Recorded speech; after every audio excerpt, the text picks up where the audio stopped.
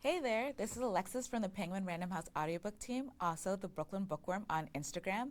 I'm here to bring to you my latest audiobook recommendation. Ready to be scared? Bestselling author and creator of the hit MrBallen Podcast and YouTube channel is back with MrBallen Presents, Where Nightmares Live.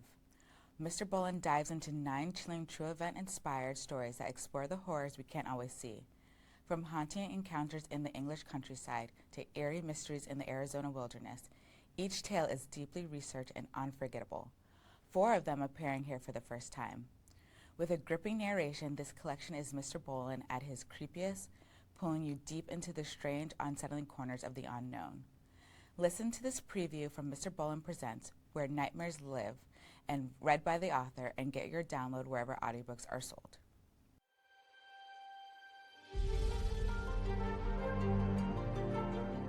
Nels Nelson was afraid of what the night might bring.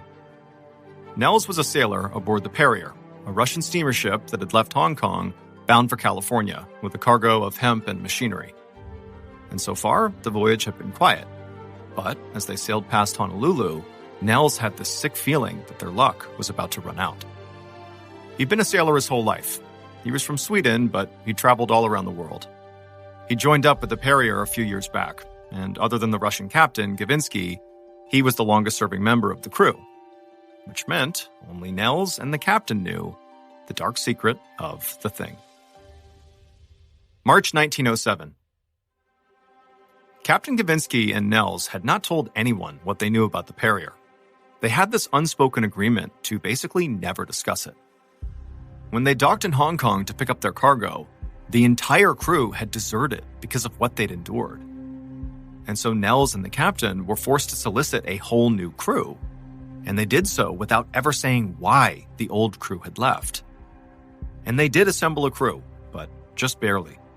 It was a ragtag group of men, an untrustworthy, sketchy bunch. On the frigid March night that Nels had this bad feeling come over him, it was actually his turn to stand watch. The night watch worked in pairs while the rest of the crew slept. And so Nels was standing next to the sailor he'd been partnered with, and they were talking about what they planned to do when they got to California. And amid their small talk, Nels sort of forgot about his typical nighttime anxiety. That is, until a warm breeze blew across the ship. The breeze penetrated the deep cold, and instantly Nels was too scared to even move. He knew his worst fear was about to be realized. Nels suddenly heard this loud, wailing scream from somewhere deep inside the ship. Nels' watch partner had never sailed aboard the Perrier. He didn't know about the dark secret. But now he too, from the sound of the scream, knew something was very wrong. He urged Nels to go with him below deck to see what was going on. But Nels didn't move. He knew what was happening. And he knew what was gonna happen still. The screams coming from somewhere in the ship continued and got louder and louder, finally snapping Nels from his trance.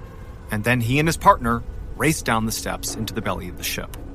They were the night watch. It was their job to protect the ship and the crew. And so down they go into the ship, and they go to the first compartment. And when they look in the door, they see there are these 2 sailors who are sitting side by side on the bottom bunk inside the room. And they both appear to be in this trance with their eyes wide, and their bodies are stiff and their mouths are hanging open as they continue to scream and scream.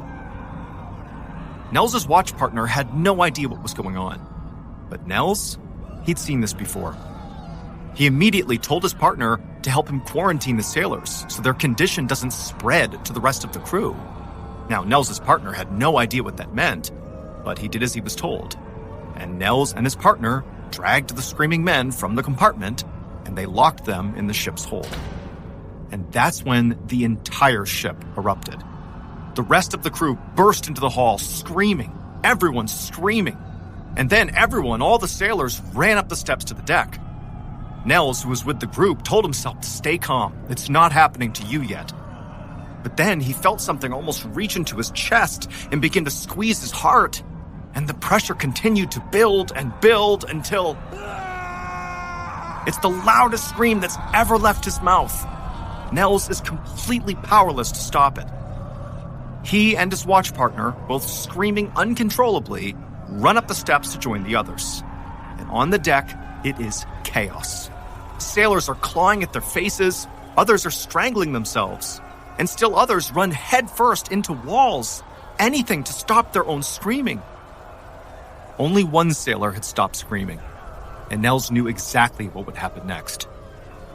That sailor slowly got down on all fours like an animal, and then, despite looking totally calm, they began galloping full speed at the railing of the ship.